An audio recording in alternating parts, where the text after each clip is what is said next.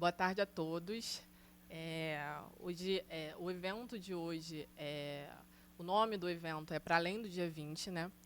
E nós vamos fazer a abertura aqui do evento para dar início às palestras. Quero consignar que o nosso procurador-geral, Daniel Bucar, ele está em uma reunião, mas está a caminho. E assim como a subprocuradora e a Arícia, que é a diretora do Centro de Estudos. Então, nós vamos fazer a abertura e passar a palavra em seguida para os primeiros palestrantes. Tá? Só para contextualizar um pouquinho, a PGM e esse dia também, e esse evento, houve na PGM 2023 a criação do Núcleo de Combate à Discriminação de Gênero, Discriminação de Raça, e foi um ponto de partida muito importante para a PGM. O debate em relação às minorias, né, na PGM, ele sempre existiu. Quando eu propus à Arícia a criação do núcleo, eu ressaltei isso. Mas a gente pensou também que seria muito importante institucionalizar esse debate. E a institucionalização veio por meio do Núcleo de Combate à Discriminação. E isso foi um avanço muito grande, mas o evento de hoje é para falar que esse avanço ele não é suficiente. O debate antirracista, a construção de políticas públicas que fomentem pautas antirracistas, ele deve se perpetuar. Então, dito isto, eu também queria dizer que esse ano a PGM, né, ela ganhou o prêmio Esperança Garcia, que é um prêmio desenvolvido pela Associação Nacional dos Procuradores Municipais. É um prêmio muito importante. E a PGM foi agraciada com esse prêmio exatamente por promover essa prática antirracista, não só pela criação do núcleo, mas também por eventos, pelo fomento de debates antes da criação, o debate que sempre existiu, mas que com a criação do núcleo foi institucionalizado. Além disso, esse prêmio Esperança Garcia, ele é um prêmio muito importante e é muito importante para nós, né? Para mim, principalmente, como advogada pública, como mulher negra, porque ele, na verdade, ele homenageia a Esperança Garcia, que foi a primeira advogada brasileira e foi uma advogada que foi escrava. Então, isso é muito importante. É muito importante esse prêmio para a PGM, é muito importante esse prêmio para o município do Rio de Janeiro, e hoje a gente está aqui para debater essa pauta. Eu vou passar a palavra para o doutor Marcelo Marques, que está compondo a abertura comigo.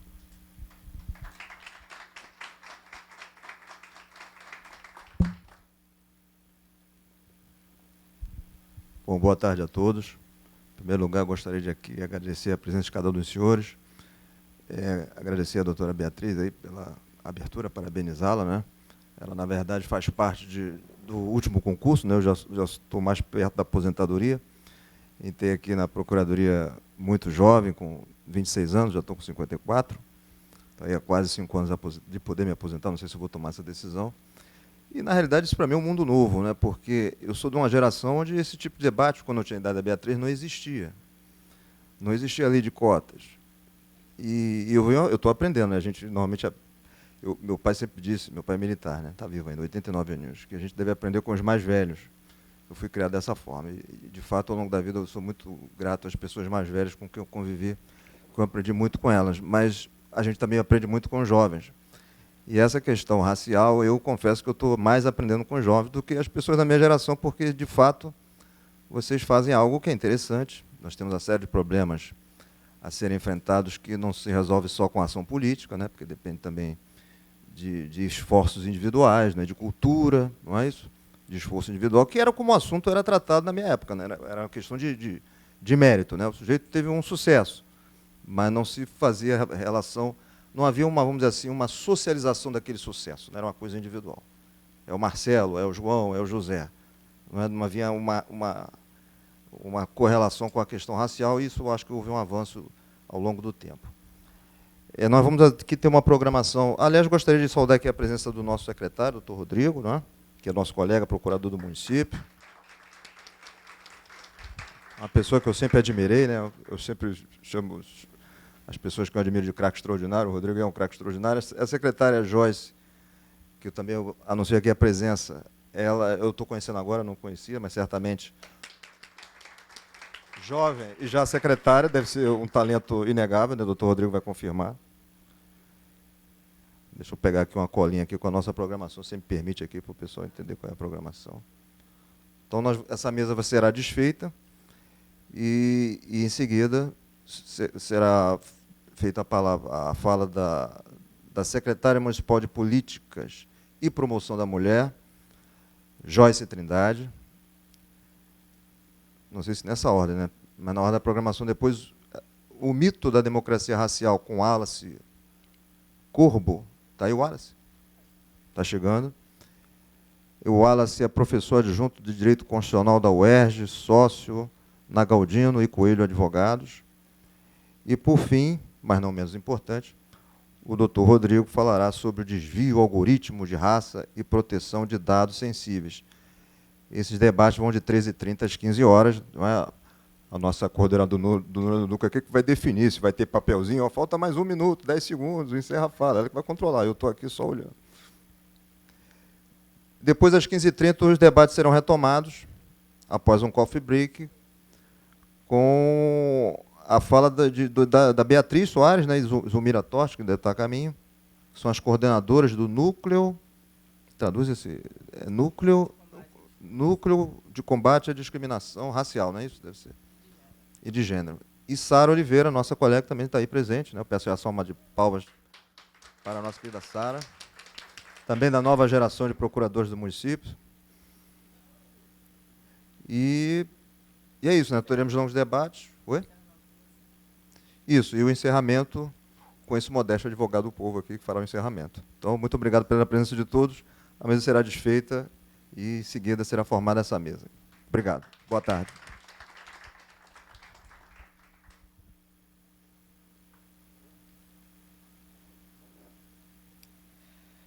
Bom, então, vou chamar agora, para compor a mesa, a Joyce Trindade. A Joyce é graduada em Gestão Pública pela UFRJ, secretária de Políticas Públicas e Promoção da Mulher, e assumiu a secretaria com 24 anos.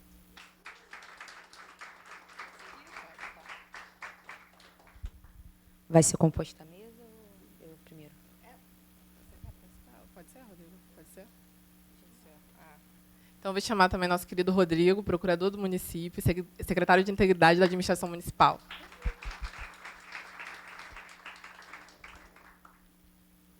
Eu passo a palavra agora para a Joyce. Ela vai falar sobre mulheres pretas e outras interseccionalidades. Maravilha. Boa tarde, pessoal. Tudo bem? Maravilha. Prazer enorme estar aqui com vocês hoje. Como já foi apresentada, sou a Joyce Trindade. Estou como secretária de Políticas e Promoção da Mulher na Prefeitura do Rio de Janeiro. Só responsável por 3,6 milhões de mulheres, pouquinha coisa, bem básico, mas basicamente uma nação de mulheres, como eu costumo falar. Né, uma nação de mulheres que tem muitos desafios, mas também muitas possibilidades de transformação. E quando a gente fala de gênero, mas também conecta a raça, a gente consegue dizer quem é a base da sociedade, quem efetivamente constrói o dia a dia do Rio de Janeiro. Então, esse debate tem um privilégio danado de falar, de construir e de representar também. E isso, para mim, é muito importante. Agradecer a Beatriz pelo convite, ao meu amigo Rodrigo, né, e cada um que está aqui presente, porque o nosso tempo a gente não compra, né? A gente escolhe onde vai dedicar, e vocês escolheram estar aqui com a gente hoje. Tem aquela palavra mágica, né, Rodrigo, que é interseccionalidade. Uma palavra gigante, enorme, difícil até de escrever. Para vocês, advogadas, é um pouco mais fácil. Mas para o cotidiano do cidadão, que palavra é essa, Joyce? Interseccionalidade. É uma palavra que foi cunhada nos Estados Unidos, inclusive, né, que justamente constrói 3 elementos, mas eu sempre falo que no Rio de Janeiro, Beatriz, tem um 4º elemento que se soma, que é raça, gênero, classe e, no Rio de Janeiro, Brasil, território, certo? E quando a gente constrói políticas públicas para os cidadãos, para as cidadãs do Brasil, do Rio de Janeiro, a gente precisa justamente colocar isso em pauta. Será que estamos efetivamente debatendo a questão racial? Será que estamos efetivamente debatendo a questão de gênero? Será que as desigualdades sociais afetam esse cotidiano? E será que o território que essa pessoa vive, nasceu, cresceu e mora nos dias atuais, será que afeta também a vida dela e os sonhos delas? Então, são algumas das perguntas que nós precisamos sempre fazer. Porque sem essas perguntas a gente não consegue achar soluções efetivas. Porque a gente fica dentro de uma bolha do qual, né, esse cidadão, essa cidadã, não é efetivamente pensado, refletido e, portanto, o seu problema não é colocado na mesa. Certo? Então, eu gosto sempre de começar o debate por aí. O mês de novembro é um mês ótimo, né? Porque é meu aniversário, acabei de fazer 27 anos, então muito bom por ter chegado mais um, obrigada pelas palmas. Chego mais um mês, mais um ano aí de vida. Agora, recém 27 anos, quase 30, estou zoando todo mundo, falando, gente, daqui a pouquinho é uma mulher madura, efetivamente, brincadeira. Mas também é um mês que a gente debate igualdade racial. Certo. É o mês que todas as instituições, esferas governamentais, privadas, né, tomam essa decisão de debater raça. Mas adorei o tema que vocês colocaram, Beatriz, porque é justamente para além do dia 20. É isso, né? Eu errei. Para além do dia 20. Yes, gravei na cabeça. Por que isso? É para além do dia 20. Né? E quando a gente fala sobre direitos, quando a gente fala sobre o instrumento do direito, quando a gente fala sobre construção de presente e de futuro, a gente precisa lembrar o que foi esse passado. Esse passado que foi cruel, esse passado que foi perverso, esse passado que matou centenas e milhares de pessoas, e esse passado, como bem colocou o nosso doutor, que eu acabei de... Marcelo, né, acabou de colocar que num passado bem presente, era apenas o mérito. Fulano conseguiu porque é extraordinário. Mas será que as questões sociais não atravessaram a vida desse fulano? Será que é tão incomum uma única pessoa negra crescer nos espaços de poder sozinho, os demais inteiros não? Então temos um grande problema a ser refletido. E eu vou começar com uma perguntinha, beleza? Vamos ver se meu teste social vai dar certo. Vamos lá. Eu não queria que desse certo, mas infelizmente geralmente dá certo. Que é uma pergunta. Quem aqui sabe exatamente de onde veio o seu bisavô, tataravô? O país que ele veio? Quem é que sabe exatamente de onde veio? 1, 2, 3. Pode ficar com a mão rapidinho. Olha, até que aqui o teste social foi mais falho do que o padrão. Que bom. Temos mais pessoas não brancas, né, nessa enquete. Por quê? Quando a gente vai ver, por exemplo, a Constituição de Brasil, a memória, o direito à memória, é um elemento muito demarcado. Geralmente, pessoas negras pessoas pretas e pardas, ou seja, pessoas negras, não têm esse direito à memória. Não sabe de onde vieram seus antepassados efetivamente. Não sabe se eles vieram da Itália, da França, não sabe se vieram da Alemanha, não sabe se vieram dos países africanos, de Guiné, de África do Sul, não sabem de onde vieram. Porque a gente não teve esse direito a ter o nosso reconhecimento territorial, que é a ver com a memória, certo? E aí, quando a gente vai ver, por exemplo, pessoas brancas, em sua maioria, no Brasil, ou seja, pessoas não negras, né, elas geralmente têm um conhecimento muito factível. Meu bisavô veio para o Brasil depois de tal situação, chegou aqui, meu tataravô, enfim, tem a memória. E memória diz muito sobre o Brasil. Porque não é uma cultura do qual a gente efetivamente fala. Joyce, mas o que isso tem a ver com hoje? O que isso tem a ver com interseccionalidade? Vamos voltar lá. Se, por exemplo, em 1900 e alguma coisinha, gente, não vou lembrar agora com exatidão, mas, se eu não me engano, entre anos 40 e 60, né, ainda existia uma lei do qual colocava a seguinte questão: cotas para filhos de fazendeiros, onde esses filhos de fazendeiros poderiam ter acesso à universidade pública, certo? Então, essas cotas já existiram há um pouquinho de tempo atrás, bem recente, inclusive. Vamos lá, Joyce. Mas por que a gente, então, precisa de cotas raciais? Vamos voltar aqui. Nesse sentido, essa galera criou lá atrás cotas para os filhos de fazendeiros. Maravilha, para que eles acessassem a universidade pública e dessem a perpetuação na educação, no conhecimento. Maravilha, beleza. E aí, quando chegamos mais recente na história, as cotas para a igualdade racial e social já foi muito questionada.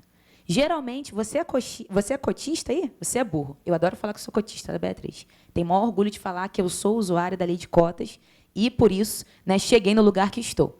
E aí tem um grande preconceito sobre isso. Por que existe cota, Joyce? Qual a necessidade disso? Porque o Brasil foi cunhado sobre a desigualdade.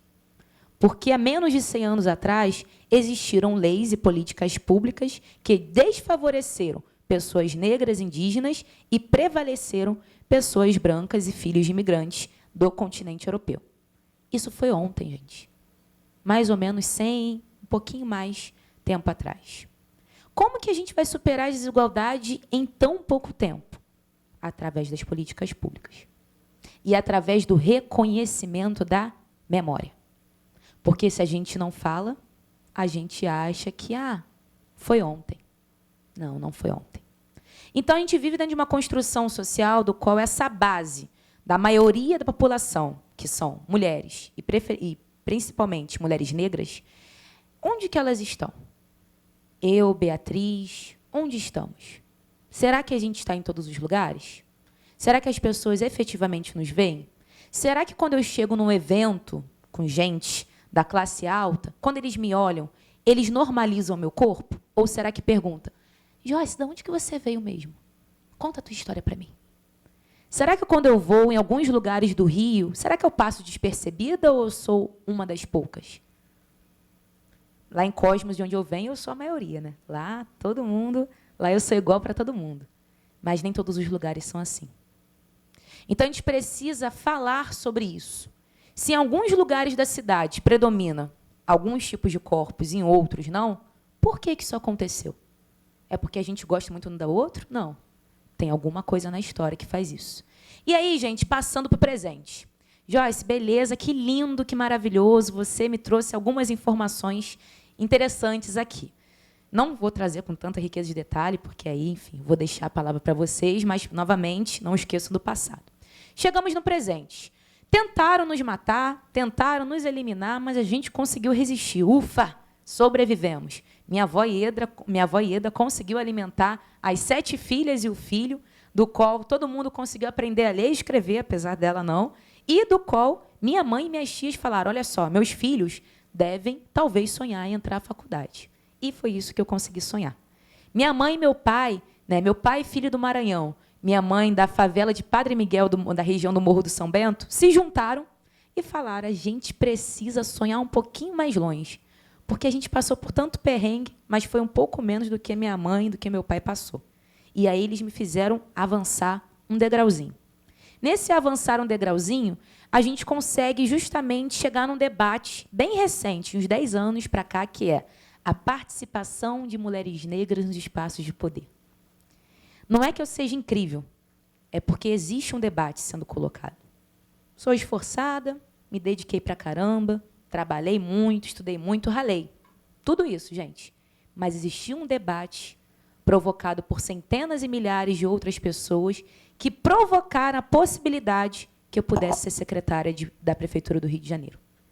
Eu não sou fruto do acaso. Eu sou fruto de lutas.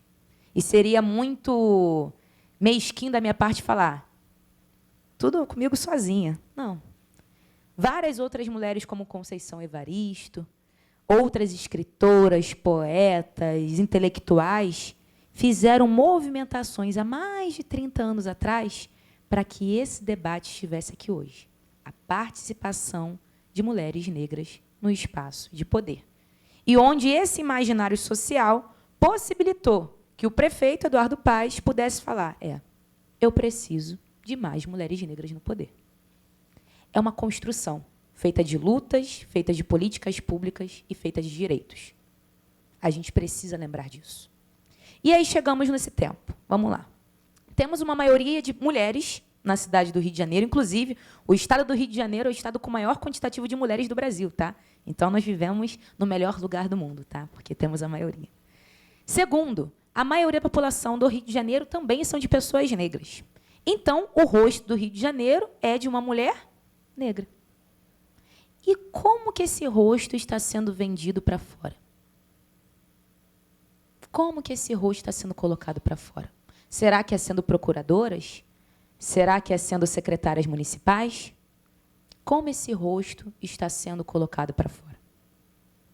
E é esse debate também que nos coloca no presente atual. Porque quando eu vou, por exemplo, palestrar para meninas de 10 anos de idade, que eu adoro palestrar para elas, 10, 15 anos de idade, elas veem, uau, eu nem sei que é secretária, mas eu quero ser. É isso. Elas olham para mim e veem que é uma possibilidade de um futuro do qual elas não imaginam e nem sabem muito bem qual é o desafio, como se faz, quais são as etapas, mas elas falam, eu também posso ser secretária. O que significa secretária, não sei. Mas eu sei que tem uma pessoa parecida comigo lá. Joyce, você está falando de representatividade, Tô? Porque representatividade é imaginário. Representatividade é construção. Representatividade é você falar, eu também posso. É poético, né? Bem igreja, né, esse debate, né? Bem culto. Eu também posso, sim. Mas é isso, gente. Quando você cresce no lar, onde a sua família inteira é de advogados, você talvez vai se tender a se tornar o quê? Um advogado. Se você cresce no lar, onde a maioria da sua família é de médicos, você vai tender a ser o quê? Médico. Se você cresce no lar, onde toda a sua família talvez não tenha o ensino médio completo, você vai tender ao quê? A gente é construído pela sociedade do qual nós vemos e convivemos. É muito cruel a gente falar, como assim esses jovens da periferia não querem mais nada para suas vidas? É fácil, né, julgar o coleguinha do outro. E quando a gente cresce no lar onde as referências estão do nosso lado. Eu tive uma sorte danada, gente, porque Simone e Rogério são meus ídolos. Eles falaram para mim, Joyce, filha, não sei nem como chega na faculdade pública, mas o seu lugar é lá. Não sei nem onde fica o FRJ, mas eu ouvi falar na televisão que é a melhor faculdade do Brasil. Então é para lá que você tem que ir, porque você merece o melhor. Como fazia, meus pais não sabiam. Mas eles viraram para mim e falaram, é possível e esse é o seu lugar. Será que todo jovem tem esse direito? Não. Eu tive. Então, construir uma sociedade antirracista, debater o 20 para além desse dia, debater igualdade racial para além do mês de novembro, é todo santo dia. E é responsabilidade de todo mundo que está aqui. Pessoas pretas, pessoas negras, pessoas pardas, pessoas não brancas, pessoas não negras, pessoas indígenas, quilombolas, todo mundo. Essa não é uma luta só minha, porque quem criou o racismo não fui eu. Quem criou o racismo não foi meus antepassados. Quem criou o racismo foi uma outra galera lá. E a gente sofre até hoje por conta disso. Então, que possamos todos ser antirracistas, para que a gente possa colocar em prática aquilo que já está escrito. Igualdade entre todas as pessoas. Igualdade entre homens e mulheres. Igualdade entre negros e brancos. Igualdade. Que ainda estamos muito longe, mas cada um aqui é responsável por essa luta, pela caminhada da equidade, que é a caminhada do qual todos nós lutamos.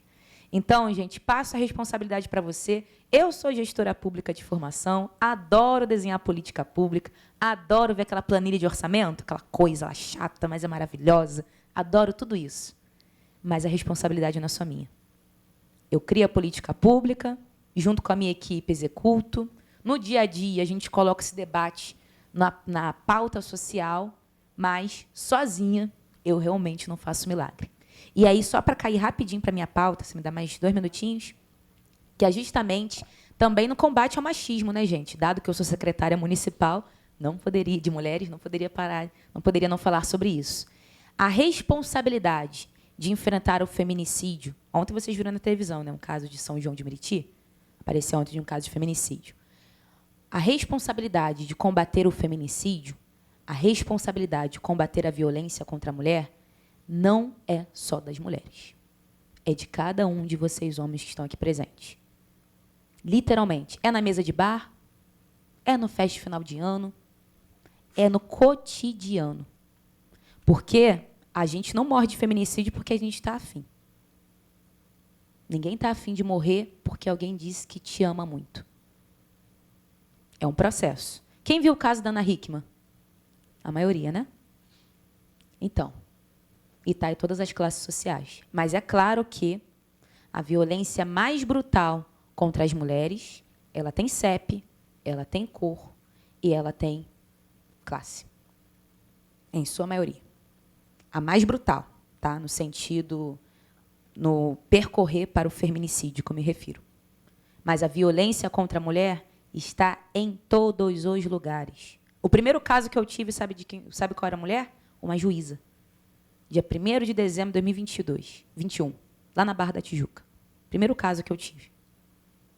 Patrícia. Primeiro caso que eu tive foi uma juíza. Joyce, mas ela conhecia a lei? Sim. Ele também, provavelmente. Mas não foi o suficiente para que ela perdesse a sua vida. E para que a gente tivesse o quê? Órfãs, que são meninas, do feminicídio. Porque quando a gente fala de enfrentar a violência contra a mulher, é enfrentar a violência também contra a família. É enfrentar a violência contra toda a sociedade. Porque quando eu combato a violência contra uma mulher, e em sua maioria são chefas de família, mães, a gente também está enfrentando a violência contra essa criança. E vou trazer uma curiosidade que recente tem tido esse debate. Por exemplo, muitos são os agressores que também causam maus tratos aos animais. Porque, além dele bater na esposa e nos filhos, o cachorrinho, o gatinho, o bichinho, né, o filhotinho doméstico que fica em casa, também se torna vítima. Então, é uma cadeia inteira de vidas impactadas pela violência. E fica lá a gente na broderagem protegendo, né, as pessoas, né? Protegendo, achando que é normal. Então, minhas queridas e queridos, pela vida, nessa frase que usam, pela vida de todas as pessoas, que sejamos antirracistas e que lutemos contra o machismo. E essa luta é de cada um de vocês aqui presentes. Que possamos debater, para além do dia 20, em prática e em palavras. Porque a ação sem obra, realmente, ela falha. Então, é isso. Muito obrigada e parabéns aí para vocês.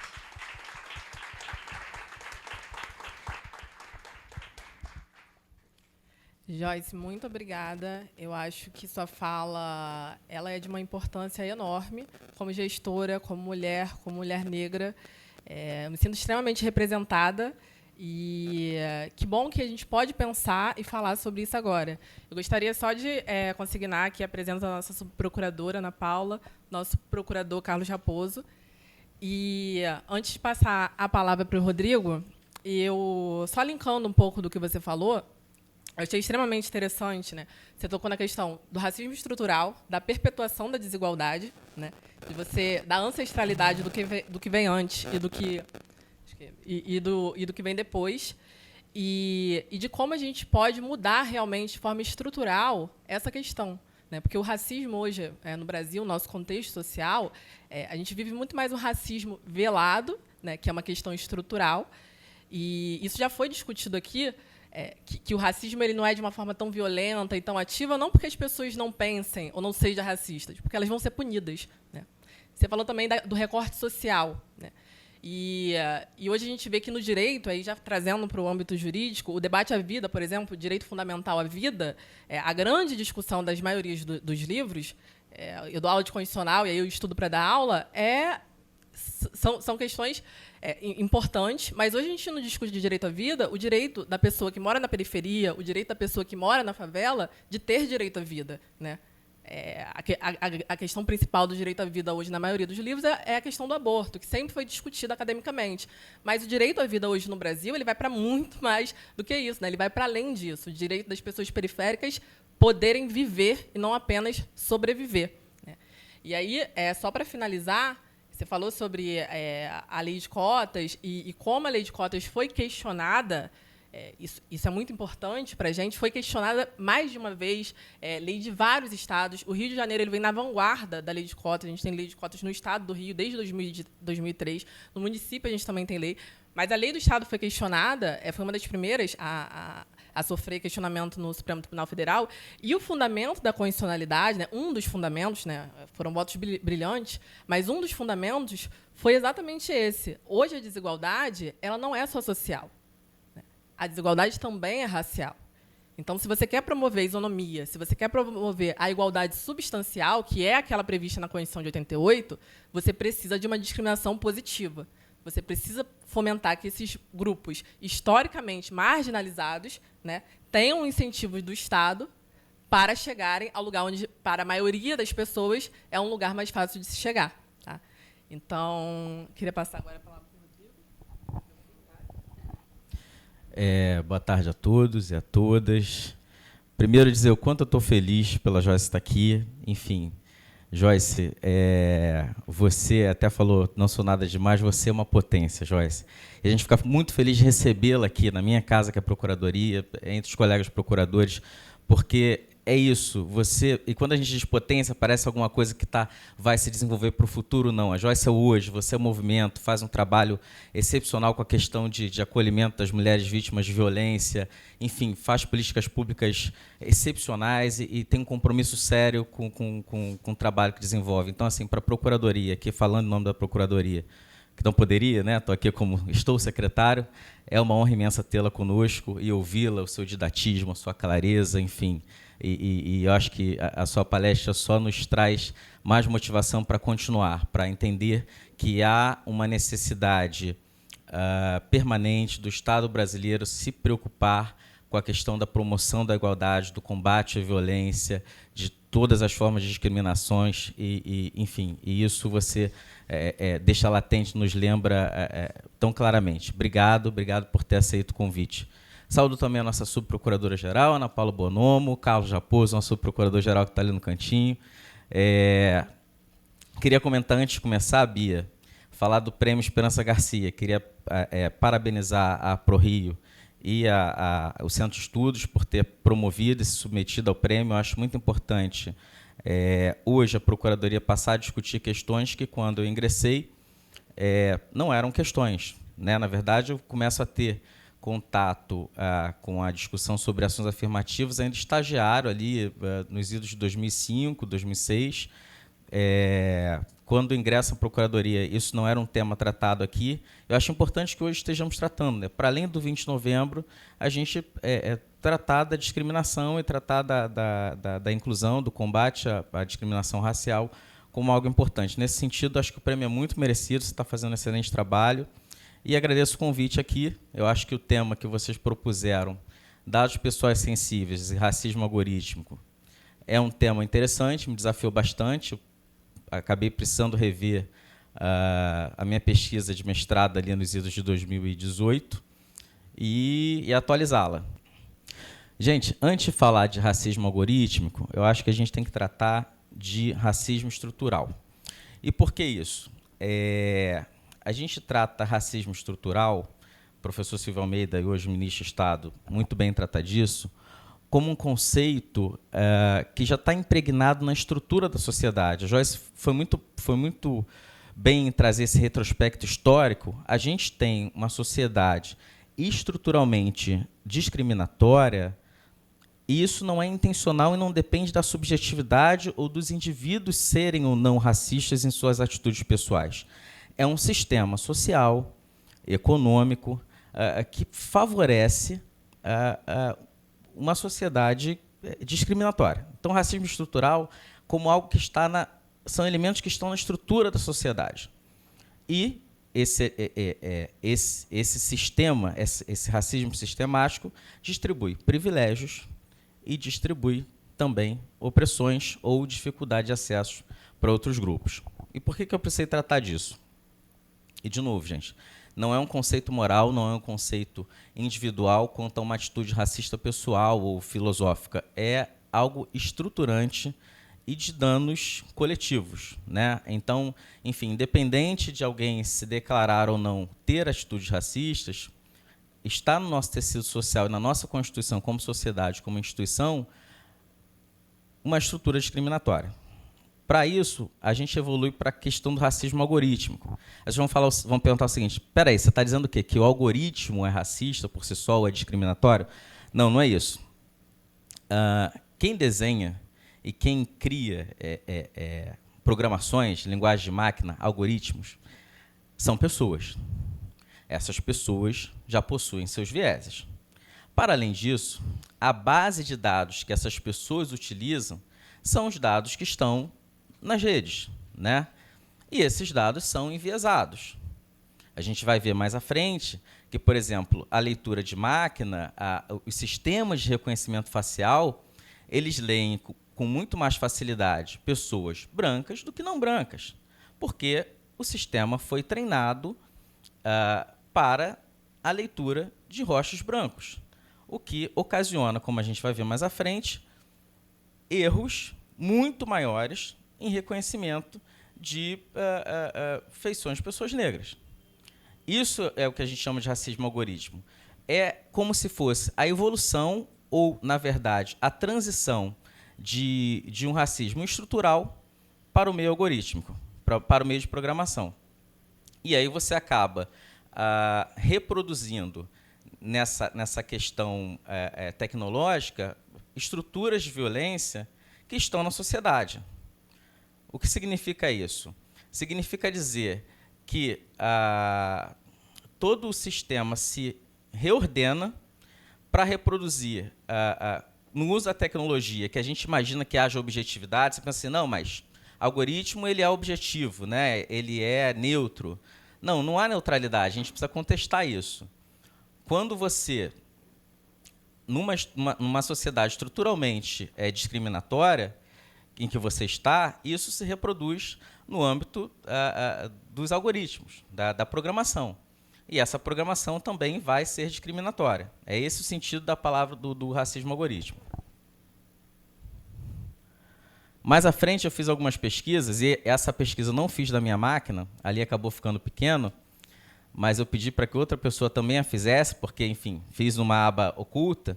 Quando você faz uma pesquisa, por exemplo, cabelo feio, cabelo feminino feio, a maioria do que retorna nessa busca, e essa é uma demonstração clara do racismo algorítmico, não que o buscador do Google esteja sendo racista, mas a base social que informa, a maioria dos cabelos que retornam nessa pesquisa são cabelos crespos.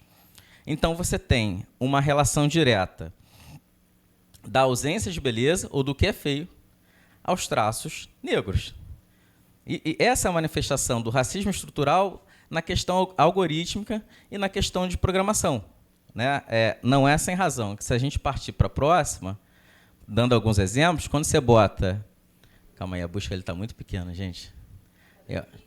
Cabelo horrível masculino, um outro termo que eu coloquei, a grande maioria dos cabelos masculinos que aparecem ali são crespos.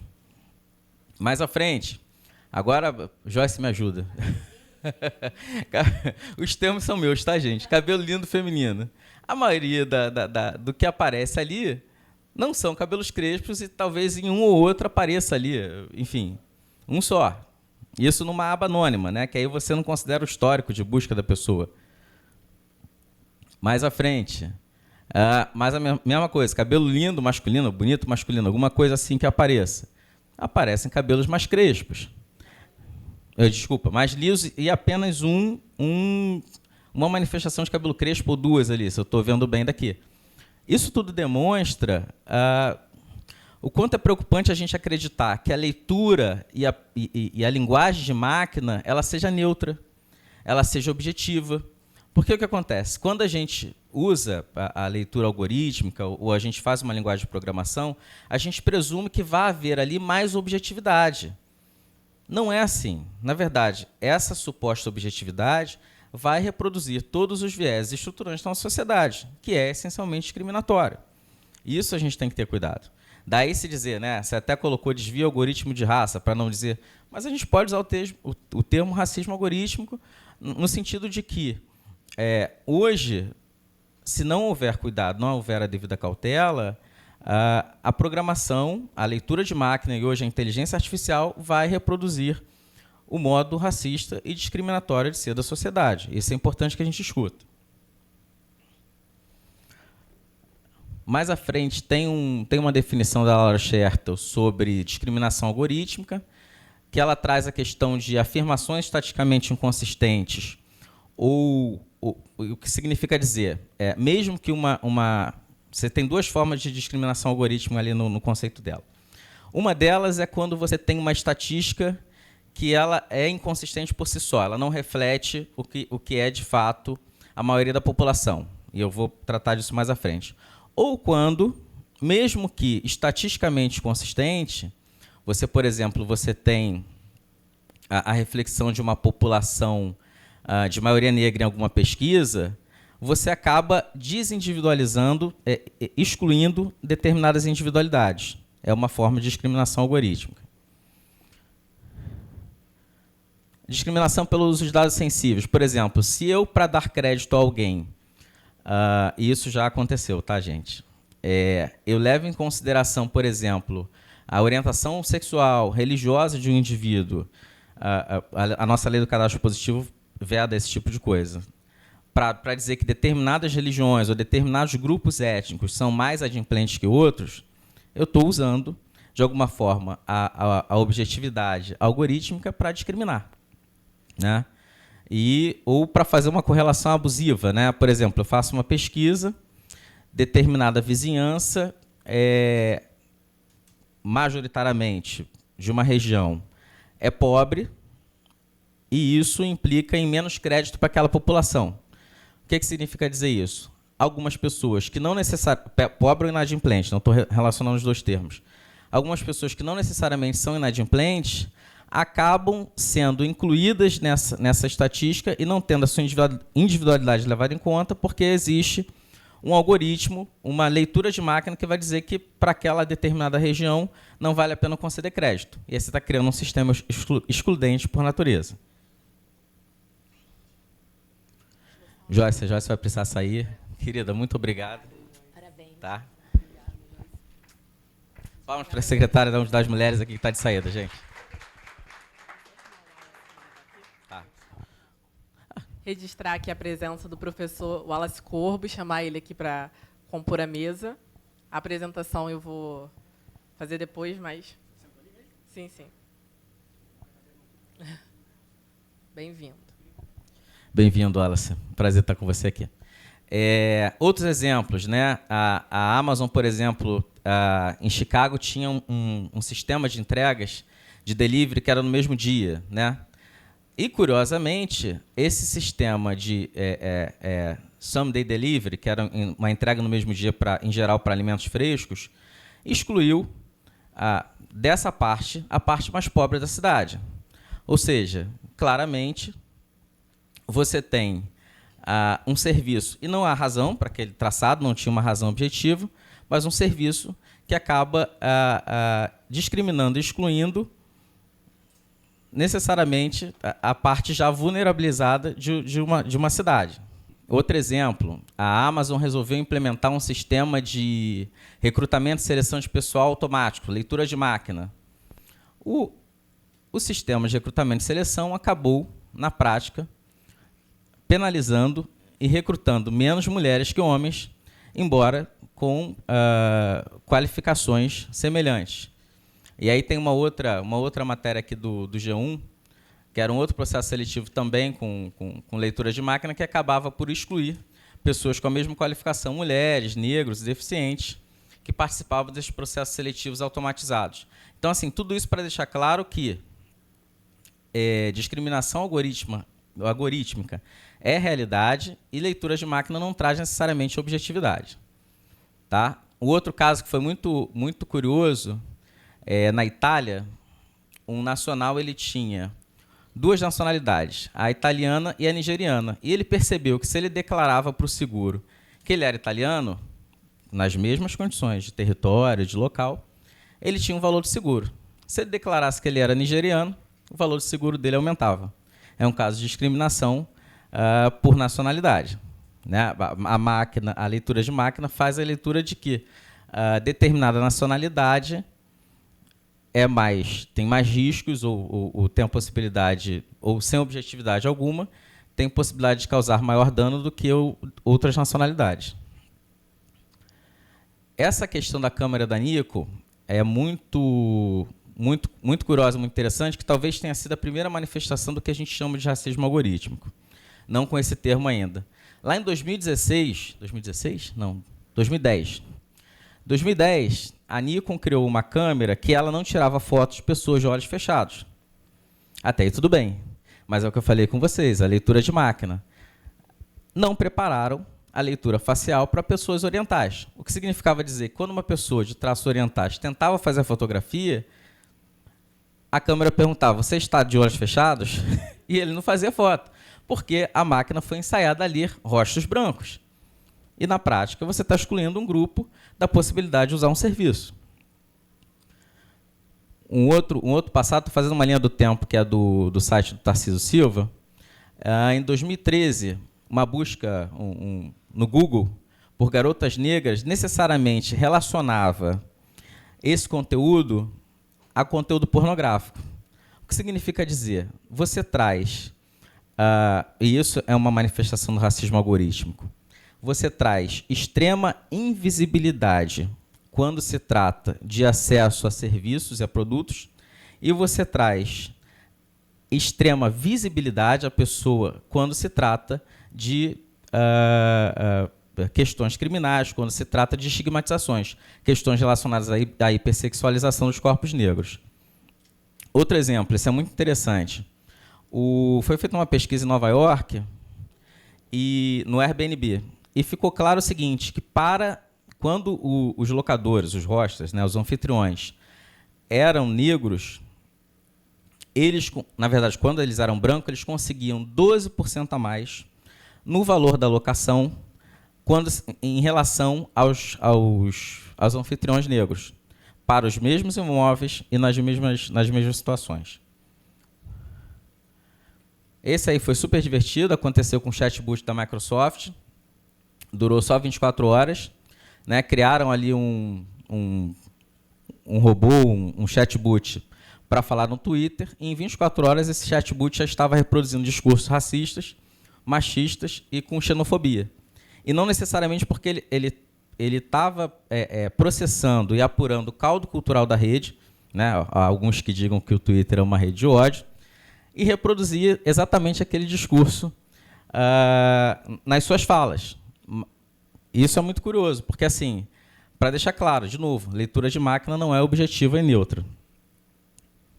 Esse é muito interessante também, é o Compass, um projeto que até 2016 era utilizado largamente por muitos estados nos Estados Unidos para definir a reincidência criminal e definir também a possibilidade de pessoas voltarem a cometer crimes violentos. Esse sistema ele foi utilizado, inclusive, em alguns estados, para a definição de penas criminais. E o que se apurou depois? Era um algoritmo que fazia a leitura do indivíduo, né, dos seus antecedentes e tudo, e se previa, nos próximos 2 anos, se ele teria chance ou não de rescindir, e com base nisso o juiz determinava uma pena, ou, enfim, aumentava, dava condicional ou não. O que se apurou? Que, em relação às pessoas negras, a pontuação de risco maior foi muito maior que em relação às pessoas brancas. E, quando se verificou na prática aquela previsão do algoritmo, o que se chegou à conclusão foi o seguinte: os que foram rotulados com maior risco e teve erro, que de fato não rescindiram, o erro entre os brancos foi 23%, mas o erro entre os afro-americanos foi de 44%, ou seja, dobrou.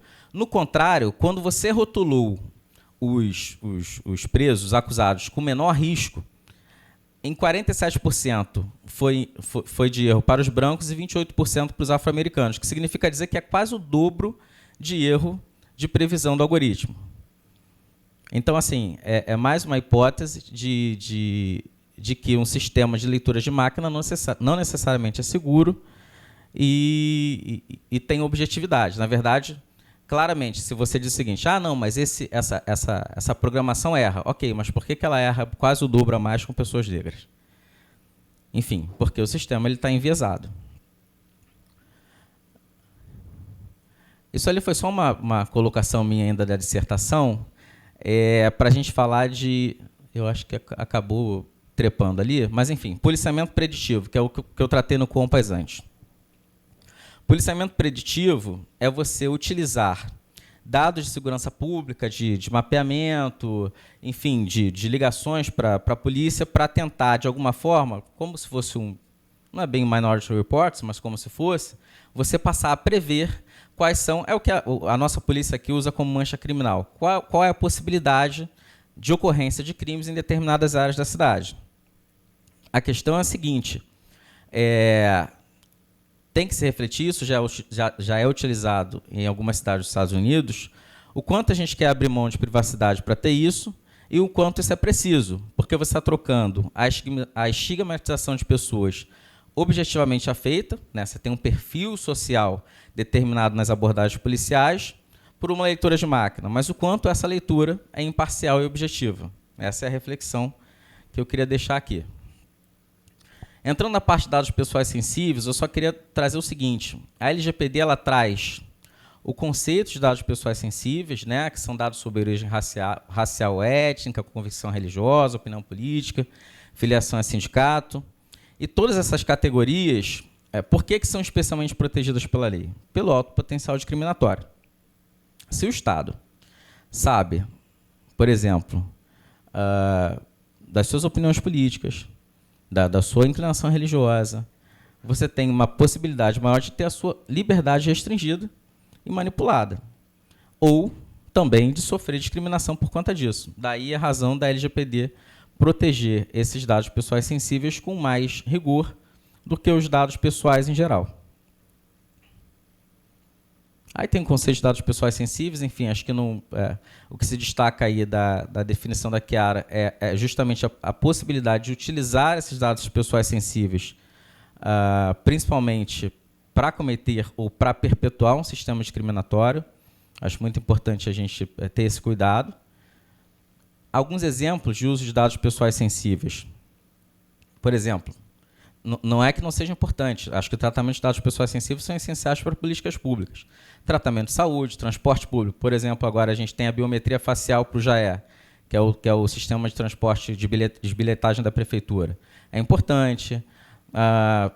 O sistema gov.br, que usa o reconhecimento facial para evitar fraudes. A questão do INSS da prova de vida. Agora, usar a biometria facial, por exemplo, para reconhecimento de pessoas procuradas em razão de possíveis cometimentos de crimes é extremamente preocupante, porque a leitura de máquina ela erra 5 vezes mais quando se trata de pessoas negras. O sistema de reconhecimento facial que temos hoje, da maioria das grandes empresas, ele é falho. E essa falha pode refletir em prejuízos, né? Pessoas podem ser presas por equívoco, como já aconteceu, como a gente vai ver mais à frente. Nesse próximo slide eu trago isso. Eu acho que o Estado da Bahia ele implementou um sistema de reconhecimento facial para busca de suspeitos. Isso implicou na prisão de homem que foi preso por engano por 26 dias, porque ele foi reconhecido no lugar de outro criminoso. Até hoje, o governo da Bahia não sabe muito bem explicar como que isso aconteceu. O fato é que uma pessoa ficou presa por 26 dias até ela provar que ela não era a pessoa procurada pela polícia. Aqui eu trago um dos princípios da LGPD e eu só destacaria na próxima página, que é o princípio da não discriminação, né? A LGPD ela impõe entre seus princípios a impossibilidade de você realizar tratamento de dados pessoais com finalidade discriminatória. E isso é muito importante. Agora, a LGPD, né, falando de dados sensíveis, ela encontra limite. Por exemplo, quando ela traz a sua aplicação, ela exclui da sua aplicação as hipóteses de segurança pública, segurança do Estado e atividade de investigação e repressão de infrações penais, ou seja, dados pessoais não estão protegidos quando se trata de investigação criminal e de segurança pública.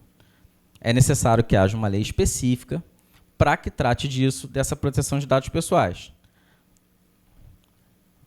Outros limites, né? A gente tem uma dificuldade de estabelecer quando a gente vai punir, vai eventualmente sancionar por violação ao tratamento inadequado de dados, a dificuldade de construir um nexo causal entre a conduta e o dano sofrido, né? E assim, uma leitura muito confortável é dizer o seguinte: olha, se a sociedade já é racista, se existe um racismo estrutural e onipresente, a tecnologia vai reproduzir. Essa postura é muito cômoda. É muito cômoda porque aí o Estado não precisa tomar nenhuma medida, a gente não precisa tomar nenhuma medida para combater. Na verdade, é o contrário. A gente tem que ter, de fato, um comprometimento antirracista. A LGPD penal só trouxe aqui uma notícia de que ainda tramita no Congresso uma lei de proteção de dados para a matéria criminal, né, em matéria de segurança pública, e a criação de um tipo penal para criminalizar condutas pelo tratamento inadequado de dados pessoais. Saídas possíveis, né? Como podemos avançar na discussão da proteção de dados pessoais sem perder os benefícios da tecnologia? Eu acho que assim, os algoritmos têm que ser mais transparentes, a gente tem que ter uma transparência algorítmica necessária, tem que ter um compromisso do poder público também de ser transparente em relação à forma com que trata dados. As empresas também têm que ter na sua constituição e nas suas atuações, um compromisso forte com a pauta antirracista. Dados pessoais tem que ser uma preocupação, o tratamento de dados pessoais, a privacidade, o que a gente chama de privacy by design e privacy by default, tem que ser uma preocupação desde o início. E a Autoridade Nacional de Proteção de Dados tem que atuar de forma mais intensa, né, do que está acontecendo hoje, um compromisso mais intenso com a fiscalização desse tratamento de dados sensíveis. Era isso que eu tinha para dizer, né? Só para concluir, eu acho que a tecnologia ela não pode, como a gente já colocou aqui, reproduzir o racismo estrutural que permeia a sociedade. Trago ali uma citação da Bianca Cremia, né, que demanda um compromisso da sociedade verdadeiramente antirracista e antissexista, também a discriminação de gênero, como um poderoso aliado na construção das tecnologias. É isso, gente. Obrigado. Boa tarde.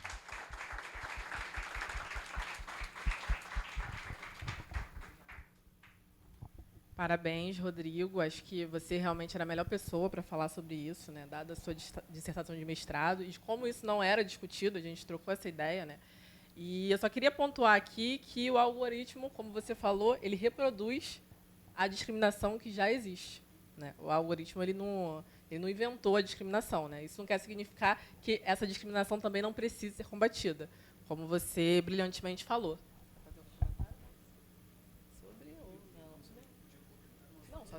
Fica à vontade, Wallace.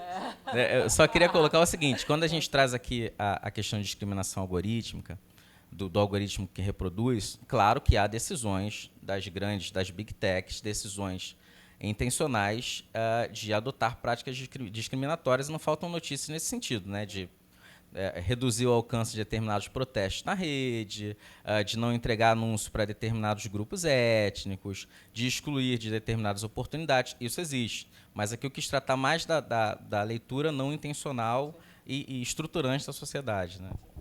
Obrigada, Rodrigo. Parabéns. Bom, dando continuidade aqui à nossa mesa, eu vou passar a palavra agora para o professor Wallace Corbo. O Wallace tem um currículo enorme, então eu vou resumir. Ele é professor adjunto de Direito Constitucional da Universidade do Estado do Rio de Janeiro. Ele também é sócio do Galdino Coelho Advogados. E a sua presença aqui hoje é muito importante. Wallace, eu acho que o tema, né, que a gente propôs para você, eu sinceramente não vi melhor discussão, né? Você fala brilhantemente sobre isso, em todas as suas arguições e palestras, e eu queria registrar que a gente está muito feliz aqui de te receber. Obrigado. Obrigado. Antes de mais nada, eu queria pedir desculpas pelo atraso enorme, mas finalmente consegui chegar e pegar boa parte da discussão. Estou muito feliz de compartilhar pela primeira vez um painel com o querido Rodrigo, que nos cruzávamos, nos víamos na UERJ, finalmente agora podendo conversar. Eu hoje fui convidado, fiquei muito feliz com o convite, por sinal, para falar sobre, no fim do dia, sobre racismo em geral, né, democracia racial no Brasil. E eu sei que muitas das coisas já foram discutidas antes, então também vou evitar ser um pouco repetitivo, mas eu queria, mudando um pouco o que eu tinha planejado de falar, eu queria começar fazendo um comentário que o Rodrigo não foi tão longe ao falar disso, e eu acho que é importante falar, né? O Rodrigo destacou muito bem e muito corretamente que falar em racismo não significa dizer que as pessoas são racistas, né? Que alguém quis ser racista. Mas eu quero dar só um passo além, porque a gente tem ouvido falar de racismo estrutural muito nos últimos 3 anos e virou uma coisa quase etérea, né? Existe o racismo estrutural, que está causando vários problemas, e quem está causando os vários problemas? O racismo estrutural. Não são pessoas, é o racismo estrutural. É o algoritmo está gerando esse efeito, é uma força que está entre nós aqui, que de repente faz com que não tem pessoas negras em lugar nenhum, pessoas negras são mortas todos os dias, são abordadas todos os dias, mas a culpa não é de ninguém, a culpa é do racismo estrutural. E aí eu queria, Rodrigo, eu sei que você jamais seria tão injusto a ponto de apontar qualquer vontade racista de qualquer pessoa, mas eu queria lembrar que essas forças não existem, né? Existem forças que a gente pode discutir o quão fortes elas são. Então, se eu sou religioso, eu acredito mais em Deus, eu acredito menos em Deus. Isso é outra coisa. A gente não está no campo do metafísico, a gente está no campo da sociedade, como ela se realiza. Se existe racismo estrutural, existem pessoas que estão praticando algum tipo de conduta que estão gerando os resultados racistas. Elas podem estar praticando essas condutas por razões intencionais ou não, mas elas estão praticando suas condutas, que vão desde querer excluir até não dar bom dia para a pessoa que está, eventualmente, servindo café, que está fazendo a faxina de um determinado ambiente. Então, o racismo ele produz os seus efeitos, tanto em relação a quem pensa sobre ele, quanto em relação a quem não pensa sobre ele. É daí que a gente fala do não intencional, mas não intencional não significa que ele não seja individual em algum grau. Quando a gente faz as nossas representações epistêmicas, né, da nossa cabeça, o que a gente pensa que é uma pessoa competente, incompetente, quando a gente olha para alguém e pensa, essa pessoa aqui não fala inglês, essa pessoa aqui fala inglês, essa pessoa é bem vivida, essa pessoa é mal vivida, essa pessoa...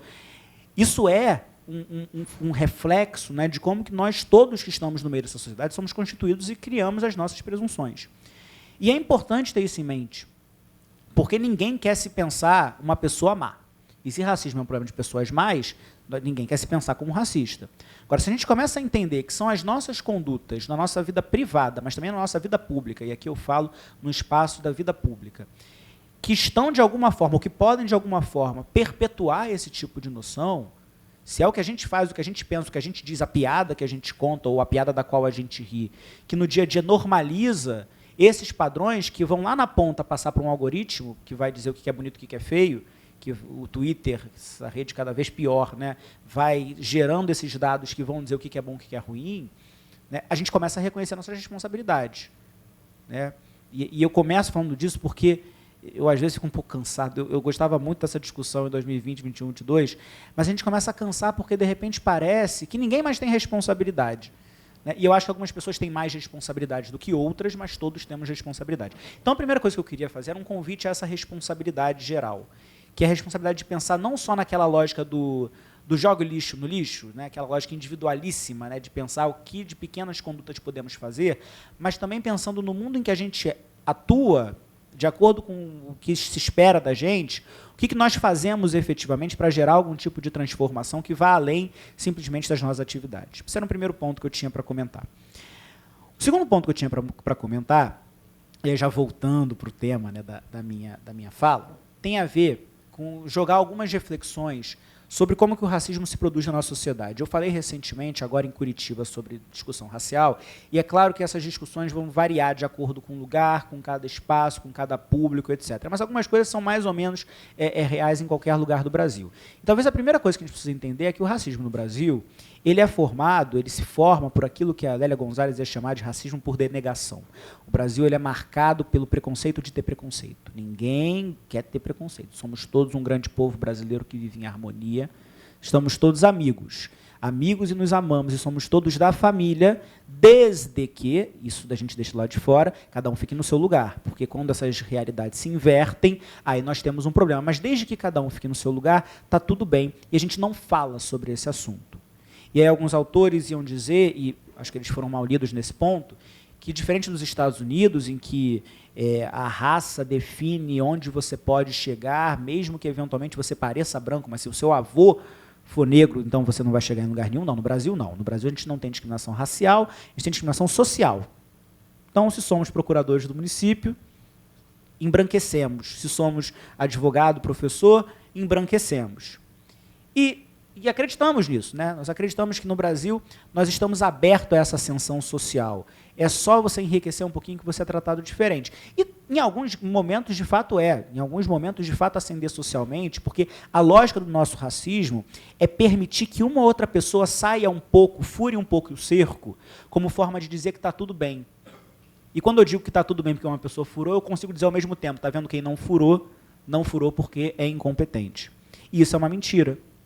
Na verdade, o nosso desenho social ele é feito de forma que só algumas pessoas furem mesmo. Exatamente para permitir que aquelas que não furaram sejam tratadas e se vejam como pessoas incapazes de furar esse cerco. E aí eu volto para uma discussão de como melhor abordar o problema do racismo, como ele afeta as pessoas negras. E aí eu costumo dizer que tem duas formas de tratar disso. Tem uma forma inicial, que é pensar como que o racismo ou como que pessoas negras são afetadas pela falta, né? Falta capital econômico, falta capital simbólico, falta capital intelectual. Então, pessoas negras são mais pobres no Brasil. Se você é mais pobre, por definição, você tem mais dificuldade de acesso a todos os espaços. Então, essa falta define as suas possibilidades. Pessoas negras, por conta do lugar em que elas existem na sociedade, elas muitas vezes não vão ter um amigo para indicar elas para um trabalho melhor, não vão ter um pai para colocar elas na empresa da família, não vão ter esse conjunto de coisas, né, que é essencial muitas vezes para que alguém empurre a gente para frente quando a gente não consegue ser empurrado. Né, esse conhecimento do que falar, como ser bem lido corporativamente, por exemplo. Eu dou aula para alunos de uma grande universidade privada, eles nascem sabendo o que se pode ou não pode fazer no dia a dia, qual é o terno que se pode ou não pode vestir, qual é a combinação de terno com gravata que pode ou não pode usar. Esse tipo de conhecimento, se você vem de 5 gerações que simplesmente não estiveram nesses espaços como donos desses espaços, esse conhecimento não se traduz, então falta capital simbólico. E falta, às vezes, capital intelectual, na lógica de que o acesso à informação foi negado. E aí você pensa, olha só, e nada disso é totalmente mentira. Mas eu acho que tem um problema em pensar a lógica das pessoas negras na perspectiva da falta. Não para de me ligar spam, eu tenho que tratar desse algoritmo urgentemente. Tem um problema de tratar de pessoas negras como falta, e existe muita falta de fato, a partir da ideia de que isso é uma forma de desumanização. Quer dizer, quando a gente pensa pessoas negras como a falta que elas têm, que determina o resultado delas, a gente ignora que a razão para essa falta é o desenho da sociedade. Pessoas negras não são a falta do que elas têm. Pessoas negras são as potências do que elas têm. Eu gosto de dar o exemplo, um exemplo bem brasileiro, né? Um jovem negro que te para na rua para conseguir, que seja um dinheiro para te vender alguma coisa e tal, não sei o quê, e ele fala mais mole, ele ri, ele te elogia, e você fala, tudo bem, então eu vou... É um malandro. Agora, aquele estagiário de segundo período, branco e tal, que vai no fórum e consegue pegar a cópia do negócio que não podia, não tem mais isso, né, que agora é tudo digital, mas que consegue alguma coisa ali no fórum, ele não é malandro, ele é esperto. Quer dizer, as habilidades que pessoas negras têm, eu costumo dizer, se você é uma pessoa negra, você sobreviveu até os 22 anos no Brasil bem, você tem alguma habilidade assim, excepcional. Alguma coisa, porque nem com muita sorte isso vai dar certo. Existe uma série de potenciais dessas pessoas, de nós, que são completamente ou invisibilizados, ou às vezes até estigmatizados. A nossa inteligência não é uma inteligência de sabedoria, é uma inteligência de algum tipo de malandragem. Os nossos potenciais de organização, de sobrevivência, não são vistos como potenciais. E aí é óbvio que a gente vai ser marcado pela falta do deixa eu entregar alguma coisa. Sempre que eu vou discutir cotas, né, com meus alunos de ensino privado, os públicos às vezes também, de ensino privado, né, eu ouço com muita atenção, com muito carinho, porque eles estão aprendendo, e eu espero que eles aprendam mais ainda, que é muito importante ter ações afirmativas para pessoas negras, porque, coitadas, elas foram escravizadas tanto tempo como sofrem.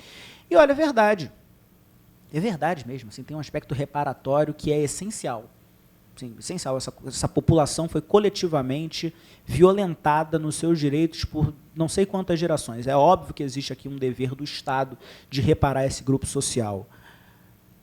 Mas, olha, que equívoco entender que a universidade faz um favor para um aluno negro que entra nela. Muito pelo contrário. Muito pelo contrário. A universidade ganha muito quando vem um aluno negro para dentro dela. Porque você está dando aula de direitos fundamentais e ensina primeiro período não, porque primeiro período é teoria da Constituição, mas você ensina lá no segundo e terceiro período, que a inviolabilidade do domicílio implica que ninguém poderá ingressar na casa do indivíduo. A casa é asilo inviolável do indivíduo, ninguém podendo nela ingressar antes, se não durante o dia. Você fala, dia é o nascer do sol, dia é o pôr do sol. E acabou, tudo bem, galera? Vamos seguir, seguimos. Ano após ano, após ano, após ano, e de repente vem aquela pessoa negra que nunca esteve ali, porque nunca foi permitido, ela fala assim, professor, com licença, bonito, gostei desse texto, mas lá em casa não é assim. Lá em casa entra em qualquer hora, qualquer lugar, ninguém bate na porta, a porta é quebrada mesmo e é sem mandado judicial. E a gente tem que desestabilizar o nosso conhecimento jurídico. Tem professor que diz, nossos alunos hoje em dia não querem nada com nada, eles não prestam mais atenção. Claro, você está ensinando um negócio que não faz sentido para pessoas reais.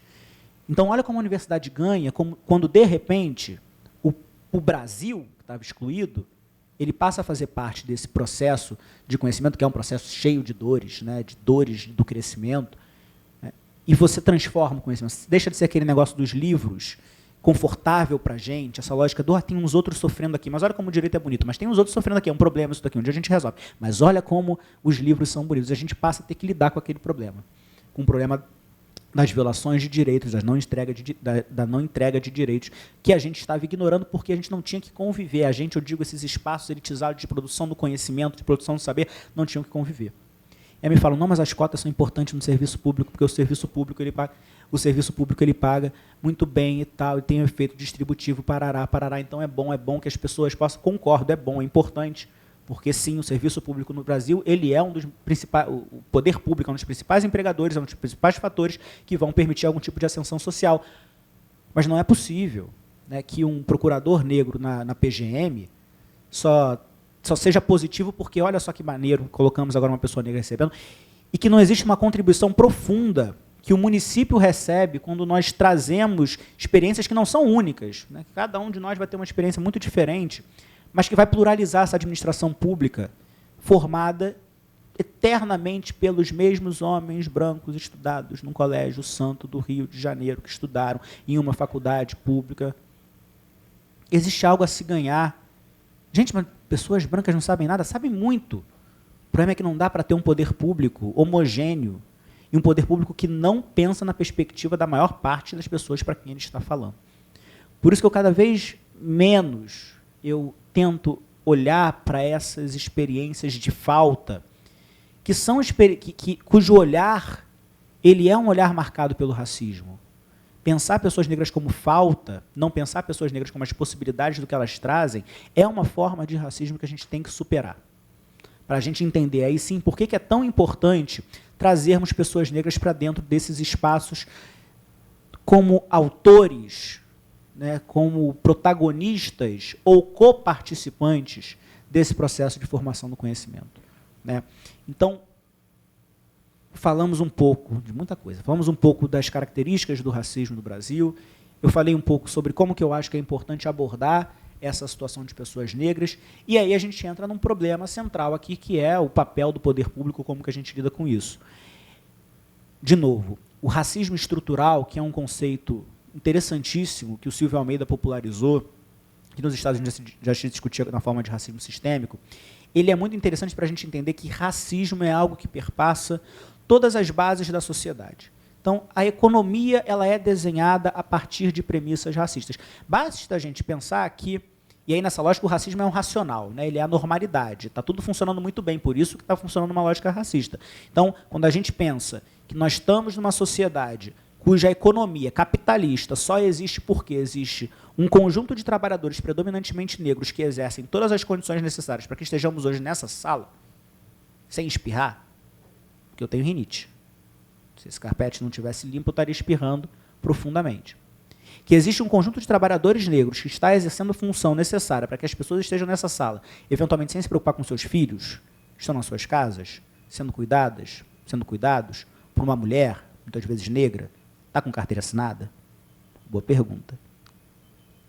Se a gente pensa que a economia ela se fundamenta, então, nesse tipo de desenho de sociedade, a economia é fundamentada em valores ou na normalização de uma desigualdade e discriminação racial. Se a gente pensa que o direito se fundamenta nisso, né, agora está a grande discussão sobre a nomeação para o Supremo Tribunal Federal, aí começam a pegar os artigos de 2003, eu desafio alguém a encontrar artigos de 2003 de juristas defendendo as cotas. Eram pouquíssimos. Felizmente, muitos mudaram de opinião. Muitos. Mas muitos talvez não tenham mudado, só pararam de escrever. E diziam, isonomia, o tratamento dos iguais perante a lei. Eu nem gosto do termo discriminação positiva, porque a Convenção Interamericana contra o Racismo fala que as medidas de reparação não serão consideradas discriminação. Então eu abandonei esse termo, que é um termo super utilizado. A literatura usa até hoje, mas eu parei de usar, porque a lei me diz que não é discriminação, não tem por que usar esse conceito de discriminação. São medidas de ações afirmativas. Mas em 2003 o direito pensava numa lógica de que se eu criar cota, isso é discriminação reversa, é racismo reverso, é discriminação, é ruim, etc. O direito parte de premissas que a gente criminaliza o racismo, a jurisprudência fala, não, mas veja bem, racismo é chegar no meio da Praça Sans Pena e gritar assim, odeio negros. Se não for isso, não é racismo. Aí o Congresso Nacional muda a lei. Foi de relatoria do Paulo Paim. Ele foi lá e criou, né, melhorou a lei do racismo para prever um crime lá que era disseminar ideias racistas e criou a injúria do tipo racial, que por uma razão topográfica foi colocada no Código Penal, que era mais fácil, já tem injúria, qualifica se for racismo. O que a justiça falou? Não, mas aí não é racismo. Então, é outra coisa, mas não é imprescritível, não é inafiançável. Precisou, 15 anos depois, o Supremo dizer, e depois aí mudar para deixar claro, para falar, injúria racial é sim racismo nos termos da Constituição. E aí vamos ver o que vai acontecer, porque também não sei qual vai ser a grande invenção que vai ser dada para fugir desesperadamente desse desejo constitucional de tornar imprescritível e inafiançável. O direito ele tem bases de raciocínio que vão fugindo loucamente de qualquer enfrentamento verdadeiro do problema da discriminação racial. Então, o direito, a economia, os valores sociais, o mito da democracia racial, essa crença profunda que nós temos de que nós não somos racistas. Hoje, talvez um pouco abalado, a gente talvez diga, talvez sejamos um pouco racistas, mas nem isso é uma descrição adequada da sociedade brasileira. É só andar nas ruas da sua cidade, é só olhar nas repartições, é só olhar quem está nos lugares para a gente ver, é só ter olhos para ver, né? Ou ter vontade de enxergar, porque não é nem preciso, né, ter a visão propriamente dita para entender essa discriminação racial. Essa é a ideia de estrutura, mas eu costumo dizer que eu não tenho a menor ideia como é que a gente resolve o problema do racismo estrutural. Porque como que eu mudo os valores entranhados na sociedade? Eu não sei, não sou filósofo, não sou sociólogo, nem acho que eles tenham essa resposta. O que a gente pode fazer? O que a gente pode lidar para além do campo puramente individual, para além do campo mais etéreo, né, de discutir, porque discutir também ajuda a mudar as ideias. A gente pode atuar no campo institucional, né, que eu acho que é o grande plano que diversos órgãos têm adotado para enfrentar as consequências do racismo, pensar como que a gente enfrenta o racismo causado por discriminação direta e por discriminação indireta. Discriminação indireta é muito clara, quando eu falo contrato pessoas brancas, isso não pode. Né? E tanto não pode que muitas vezes as pessoas ficam até meio constrangidas e mudam, escrevem contrato pessoas de boa aparência, que para bom entendedor meia palavra basta. Isso também não pode, isso também hoje em dia facilmente fiscalizado, porque a gente sabe o que isso quer dizer por boa aparência ou por má aparência. Discriminação direta, o brasileiro médio já entendeu que não cola muito bem. E aí o problema é que surgem discriminações indiretas, esses vários mecanismos de seleção que funcionam como barreiras artificiais ao ingresso de pessoas negras nos espaços. Eu adoro um exemplo, vou dar mais um exemplo, que é o exemplo do inglês fluente. Eu trabalho em escritório, sou advogado, trabalho, estagio desde o 6º período, estou há 12 anos no mesmo escritório, e ano após ano eu vejo a vaga de estágio é assim, universidade de primeira linha, que já tem uma pergunta, enfim, quais que estão dentro, quais que estão fora. Universidade de primeira linha, parará, experiência, quarto período, parará, inglês fluente. Eu sempre fico muito curioso com o inglês fluente, porque eu usei o inglês na minha vida profissional, uso hoje, inclusive, na minha vida acadêmica, especialmente. Mas no escritório, eu lembro a primeira vez que apareceu um caso em inglês, e foi em barata voa, quem fala inglês, foi 2011 isso. Quem aqui tem inglês consegue escrever e atender e tal, não sei o quê. Foi até bom, a gente aprendeu, desenvolveu melhor o inglês e tal. Eu era o estagiário, eu falava mais inglês do que os advogados, porque ninguém tinha. Eu fiquei, mas, gente, mas tem inglês fluente na exigência. E o tal do inglês fluente? E aí eu comecei a perceber, como professor, e aí tem isso, né? Escritório criminal, inglês fluente, gente. Qual crime que você está cometendo? Onde é que esse crime você está cometendo para falar de inglês? Mas tudo bem, tem histórias que precisam de inglês, mas o ponto é que esse negócio entrou, algum dia alguém colocou e ficou. Seja porque, em parte, a gente acha super bacana, né, quando o professor começa a falar que o Bundesverfassungsgericht decidiu não sei o que. Nossa, fala alemão, então essa pessoa é muito inteligente. Por um lado, a gente tem essa coisa, né, de falar a língua como um proxy, como um desígnio, aí falei em inglês, como um desígnio de inteligência. Mas, por outro, Olha como isso funciona como um obstáculo artificial. Ninguém usa o inglês, quer dizer, muita gente usa, se usar tem que ter, não tem que fazer, mas as pessoas não usam o inglês. Não usam inglês, muito menos o fluente. Às vezes usam um hi, how are you, send the document attached, sei lá, see the attached document. Quer dizer, você não usa o inglês, mas ele continua sendo um requisito. E aí eu percebi uma coisa muito curiosa. Os meus alunos brancos, eles veem exigência de inglês fluente e eles mandam o currículo deles. Se precisar, the book is on the table, fala que esqueceu, estudei há muito tempo, dá um jeito. Malandro. Meus alunos negros não mandam.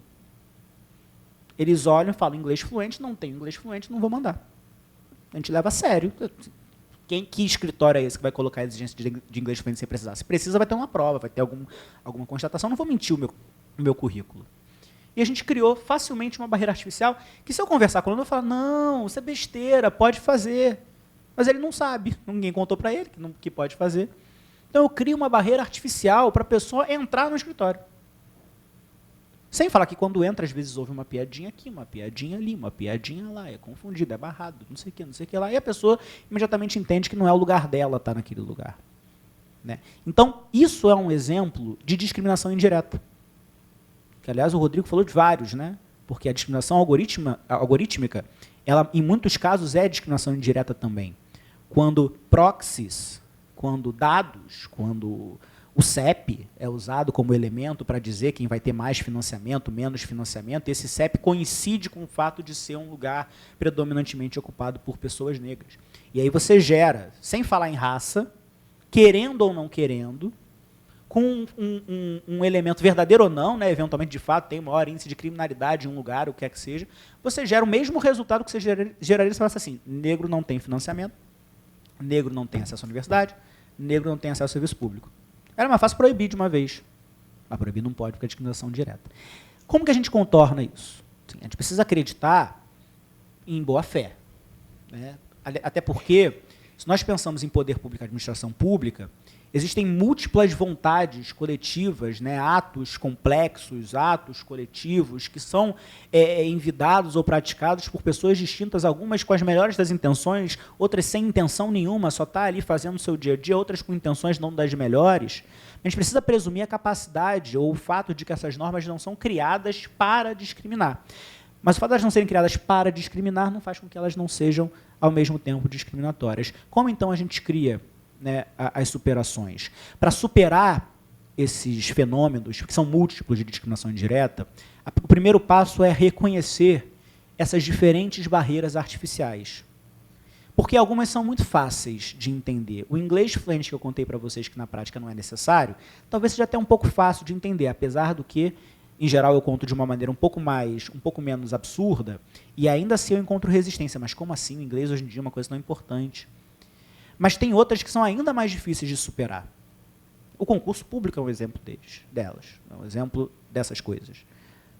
A Defensoria Pública, recentemente, alterou o desenho do concurso público para tentar assegurar que, pela primeira vez na história, desde 2001, ela preenchesse as vagas que ela nunca preencheu. Não é nem que ela nunca preencheu, né? Nunca tinha tido uma única pessoa aprovada dentro das vagas em 20 anos de política de ação afirmativa. Por quê? Pela falta. Pessoas negras não têm o conhecimento necessário para serem defensores. Aí, eu conversava com uma amiga minha que é defensora, muito gente boa, muito querida. E eu acho que ela nunca deve ter visto um pobre na vida dela. Assim. Mas queridíssima. Assim, não deve saber onde é nada no Rio de Janeiro, assim, fora do eixo / Zona Sul. E assim, é da vida, né? Assim, cresceu e tal, não sei o quê. Sabe lei que é uma beleza. Mas como é que... É claro que saber a lei é essencial para ser um bom defensor público. Saber o direito é essencial para ser um bom defensor público.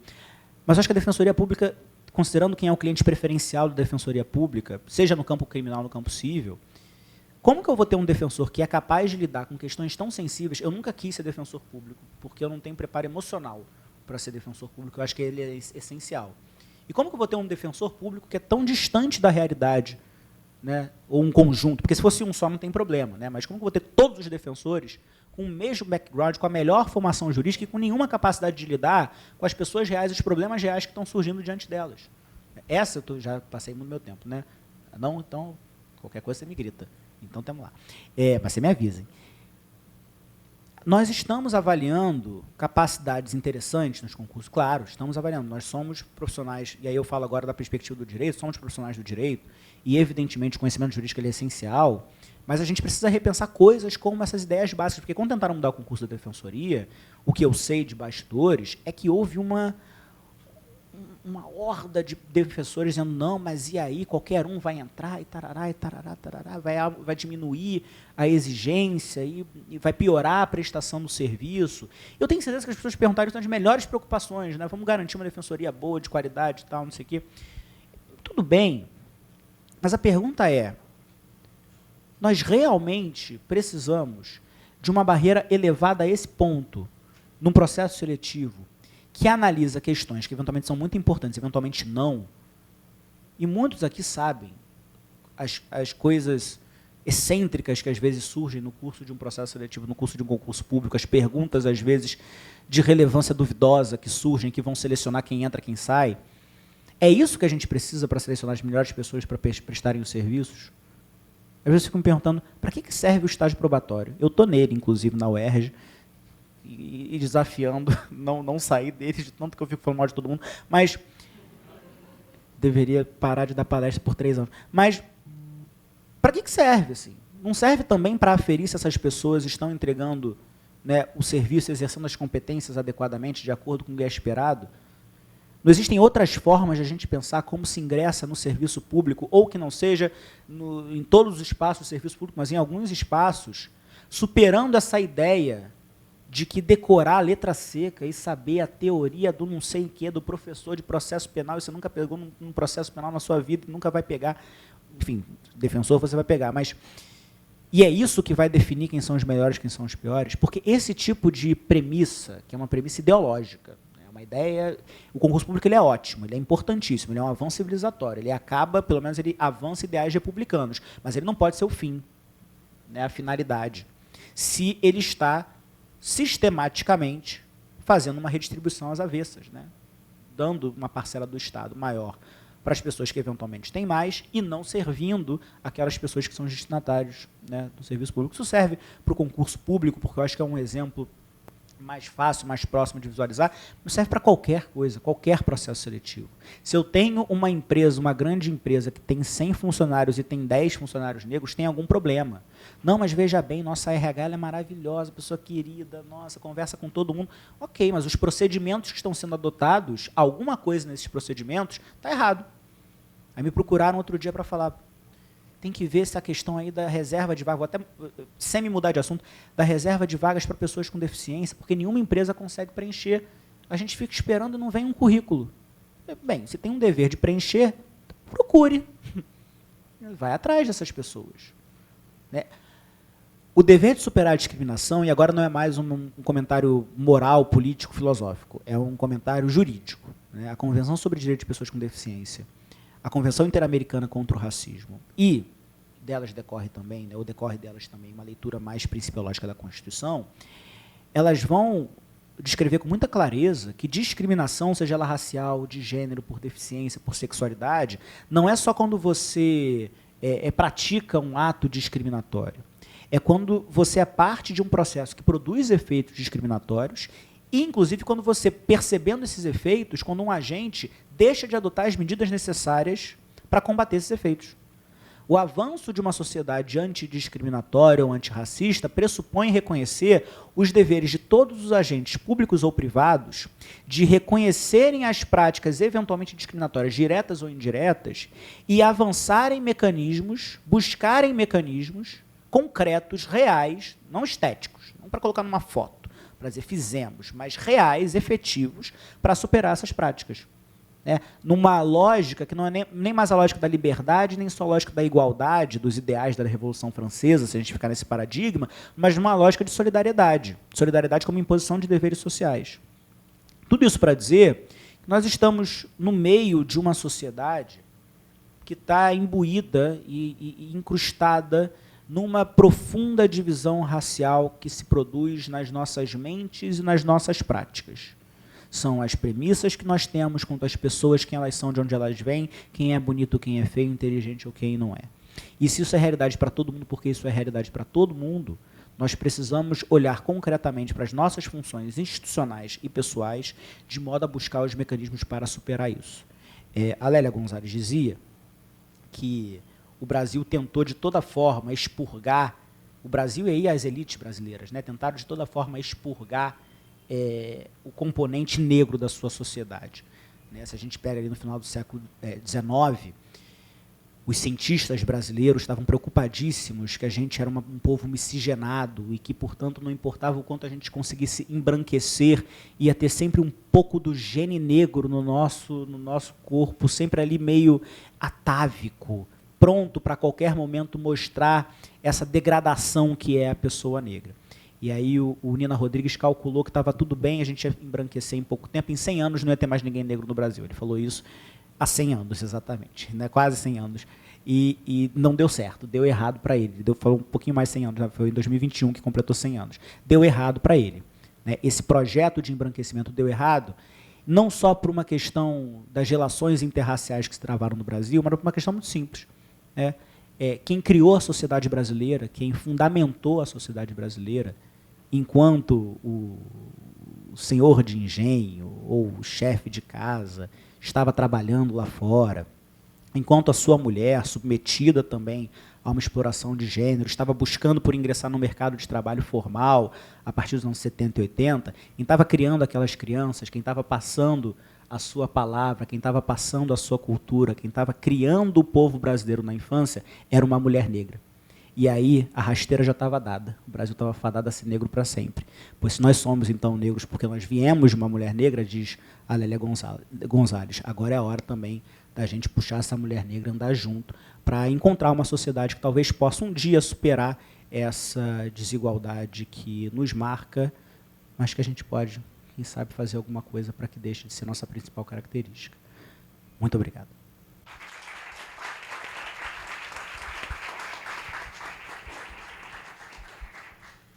Wallace, excelente, brilhante, muito obrigada. Acho que eu posso dizer que tivemos uma aula aqui em 30 minutos, um poder de síntese, mas foi uma aula de direito constitucional. Eu acho que a sua experiência, para além de toda a contribuição jurídica inquestionável, sua experiência como professor, acadêmico, como formador de opinião, acho que vai colocar esse debate aqui, essa tarde, em outro patamar. Bom, me foi permitido fazer comentários. Eu gosto de estar com ela, se a gente não se vê provavelmente desde a pós-graduação da UERJ, né? Você estava no doutorado, no mestrado, é que o Wallace, além de muito inteligente e perspicaz, ele tem sacadas muito rápidas e ele é bem-humorado. Então, qualquer fala dele nos envolve de uma forma que a gente não consegue. Se quiser mais meia hora falar, a gente fica aqui ouvindo você. Enfim, foi muito especial. Eu só queria colocar o seguinte, você tem toda a razão, não estamos discordando. Eu trouxe racismo estrutural como fio condutor, mas eu sei que tem um ponto adiante, né? Não existe crime sem autor, né? E há um conjunto de decisões institucionais, sociais e econômicas que fazem essa roda continuar girando, reproduzindo discriminação e opressão, e o reflexo disso também se dá no âmbito da tecnologia. Obrigado, Wallace.